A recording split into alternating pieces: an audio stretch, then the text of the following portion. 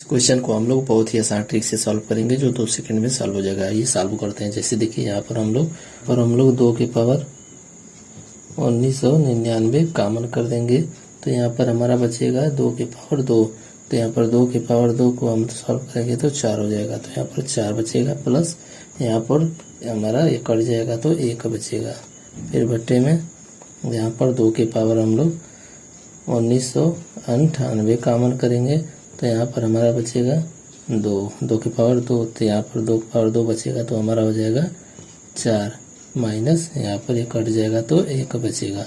फिर उसके बाद इसको सॉल्व करेंगे तो हमारा यहाँ पर 2 की पावर 1999 फिर ये ऊपर जाएगा तो माइनस 1998 हो जाएगा। फिर उसके बाद इसको जोड़ेंगे तो हमारा 5 हो जाएगा, गुणे में 5। फिर बटे में इसको 4 में से घटाएंगे तो 3 हो जाएगा।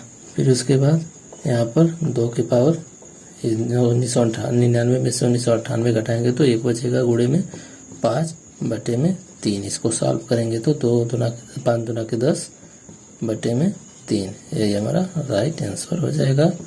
अगर इस ट्रिक समझ में आया है तो हमारे चैनल को सब्सक्राइब कीजिए और बेल आइकन प्रेस कीजिए। धन्यवाद। जय हिंद।